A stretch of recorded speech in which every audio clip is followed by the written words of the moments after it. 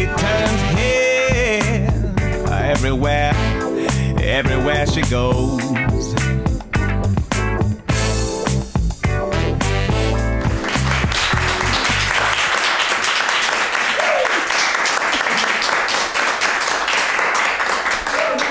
Hi everyone, welcome back to this week's Very Ann show. This is the third in a 6-week segment of episodes, and I'm really excited today because I've got a really special guest who has flown up from Sydney especially to be on the show today. I'll tell you more about her in a minute, but first can we just introduce my offsider, the lovely Emily Watson.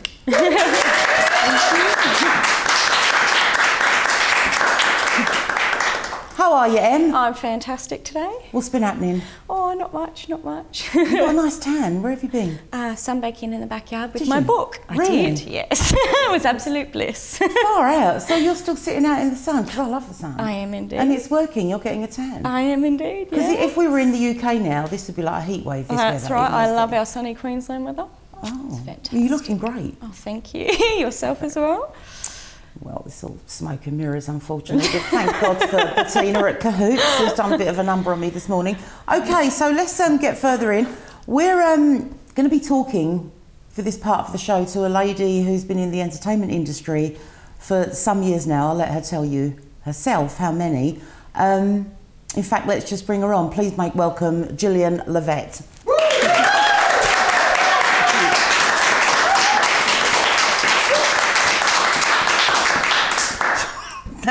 Gillian's actually a chum of mine, which is why she's come up to do the show.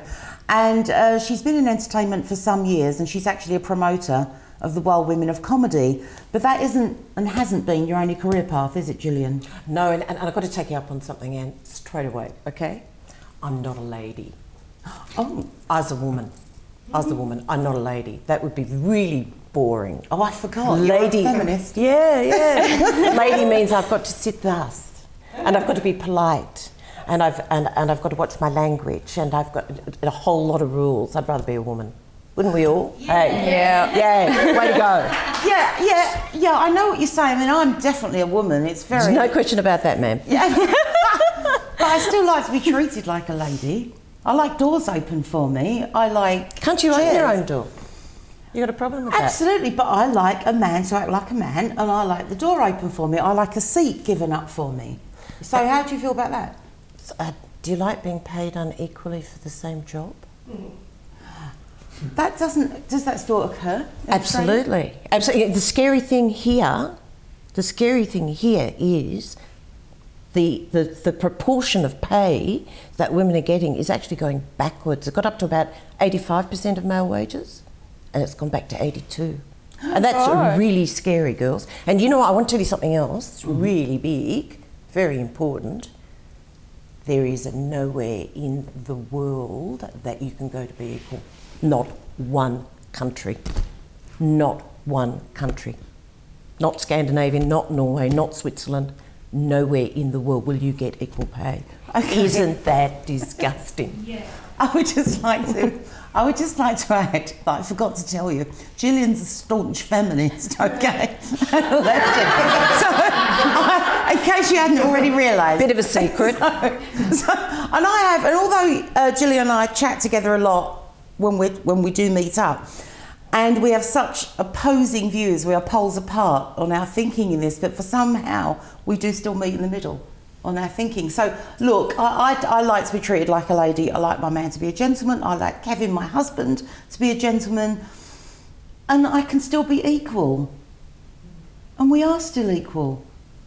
So with the pay thing, I mean, you know, that's up to the individual woman to take up with her employer. I want to hear about you in entertainment. Tell me about the rock and roll agency. All right, we can go backwards for a bit and we'll come back. I'll get you back there. You had your own rock and roll agency in the 70s. Yeah. Now, how did that bode with being a feminist? Well, that was interesting. I went straight out of university into being a partner in a major rock and roll agency in Sydney, and I say, wow, it was great training. I cut my teeth on broken glass.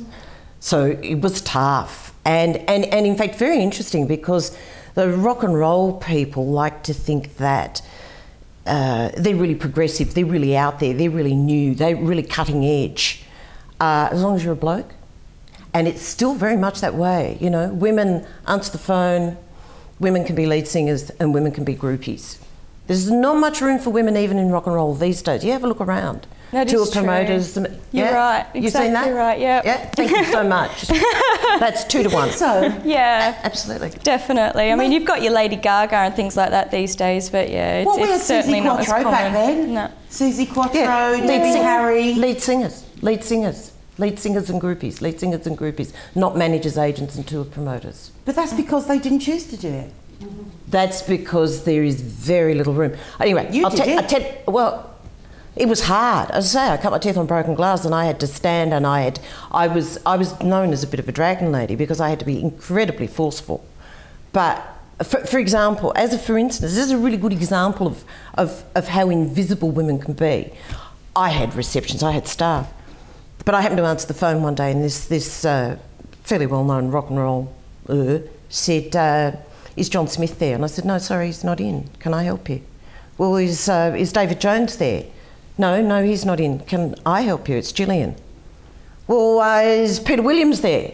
No, Wouldn't even this give you is the time of Gillian. day. Can I help you? Hang on. And he said, "Isn't anybody there?"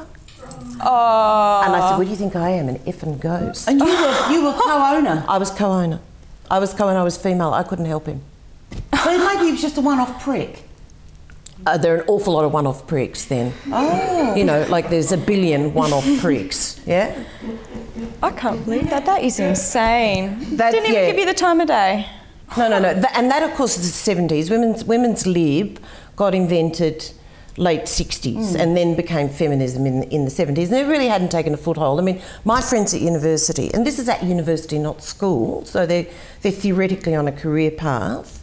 Most of them were planning to work for a while till they had their children.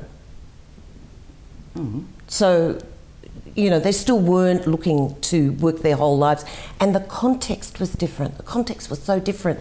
Do you know there wasn't a law against men raping their wives? I know. I remember that. Yeah. Men could rape their wives.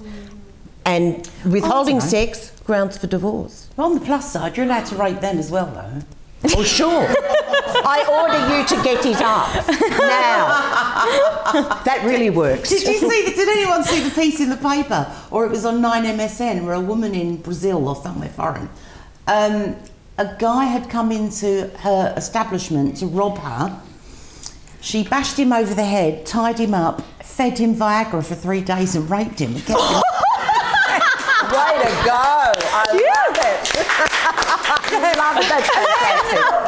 When he broke free, he had her arrested, and she said to the arresting officer, "Look, I don't know what the big deal is. Yeah, we had sex a couple of times, but I did buy him a pair of jeans."